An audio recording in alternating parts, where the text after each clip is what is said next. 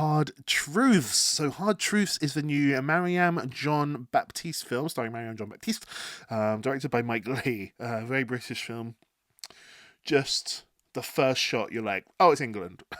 It just looks so England. There is such a difference, right?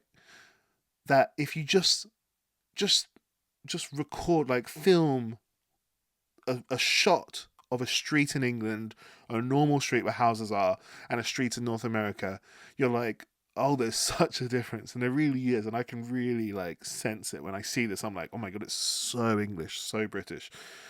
What is this film about? The ongoing exploration of the contemporary world with a tragic tragicomic study of human strengths and weaknesses. That's not really a synopsis. That's just an idea. Um, it's really just following this lady, played by Mariam John Baptiste, who is clearly suffering from a massive amount of depression. She wants to just sleep. She wants everything to just be over.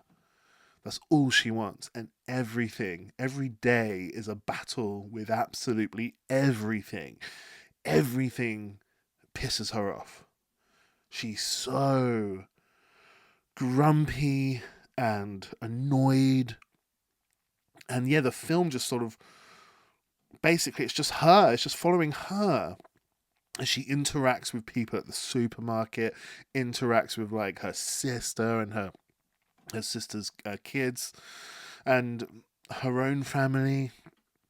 Just following her, just wanting to be in bed, being in pain, knowing she's in pain, and she has to inflict her opinion on absolutely everyone all the time. And just following her, it's kind of suffocating, right? It's just this incessant complaining, just, and it's so realistically done, but I've never, it's not realistic to the amount that it's done. So her character is so believable, as with like all Mike Leigh films. The character is like, have they got a real person and they've just filmed this real person? Like, the character is so real. um but the amount that every little thing pisses her off, it's funny at first. It's so funny because it's just like the witty lines of someone who's pissed. If you're like eloquent and pissed off, sometimes that makes you the funniest person ever, because a pissed off person coming up with those witty, direct, back and forth lines with somebody, like, it's just, it can be so funny to watch. Like, look at you, stood there like a fucking giraffe. Like, to this lady who just stood there like innocently at the shopping, and she did look a bit like a giraffe. Like, the ability to sort of deconstruct someone and come up with an observation like that shows like such intelligence, really, if I'm honest with you. But yeah, just so interesting to see her. But it goes from being funny to slowly being like, okay, well, what is this? What's going to happen in this film? Is there an arc? She's clearly just absolutely depressed, and nothing is abating this depression at all. And you're like, if this doesn't stop soon, I feel like I'm going to have to walk out, because it's suffocatingly incessant. I can't be around a person like that. Like, in real life, no way. I can't like suffer it for too long. I used to live with a guy who complained a lot, and I remember once he was just, the kettle was too loud, or something. I can't remember what it was. The kettle, and he was just, oh, fucking loud kettle. And it was he was the one who put the kettle on, and I remember just like shouting at him like, oh, fuck's sake, it's just a fucking kettle, like, grow up. Like, I can't handle it. And that's probably the only time I ever got angry with someone who complains that often. It's like so distressing if it goes on and on and on and on and on, and not in a funny way. So yeah, just watching her get pissed off and pissed off and pissed off by every little thing, I just was like, fuck, I might have to leave the cinema soon, because this is intolerable. It was funny at first. It was actually hilariously funny at first. Then it was like, is anything else going to happen in this movie? And then you realize probably not. And then you're like, fuck, this is actually like it's a mental work for me to stay here because I'm distressed watching someone be like this.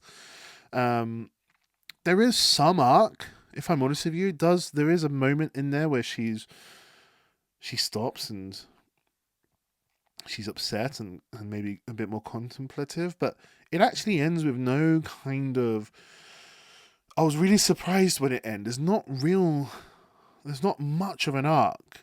He's really testing the limits of how little he can follow like a 3-act structure. There's really not much of it here. It's just like, fuck, this is life for some people, you know, and then it kind of ends. And everybody's performance is top form, I have to say. There are some random parts of this film where I'm like, that led absolutely nowhere. There's bits where the girl is like lying about how well she did in her work, and you're like, okay, that's going to come back later. But no, like, never mentioned again. And you're like, was that Chekhov's gun? Like, I don't know, like, don't reference things then. But then again, like, Mike Lee's not really doing your conventional 3-act structure of a film. It's more like, these are real people. It kind of feels like this. It's like he's got into a room with amazing actors and given them months and months and months to prepare and just bounce off each other and just talk. And he's given them ideas. And then he's like, okay, let's just start filming. And there's no like proper storyline happening, but you are like kind of enthralled by the acting and the characters, and you're kind of you're there hoping, but it doesn't ever really get resolved. And yeah, painful to watch. Hard truths though. I fucking thought great film, like really really good film. Really really enjoyed the performance. Like, it's one of those films where maybe me sitting there watching the film didn't give me the most enjoyment.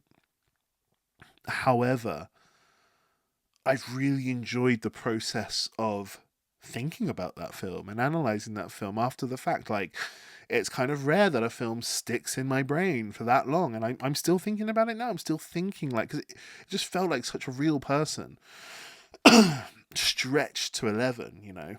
Just I wanted to hug her, help her, calm her down, tell her everything's all right.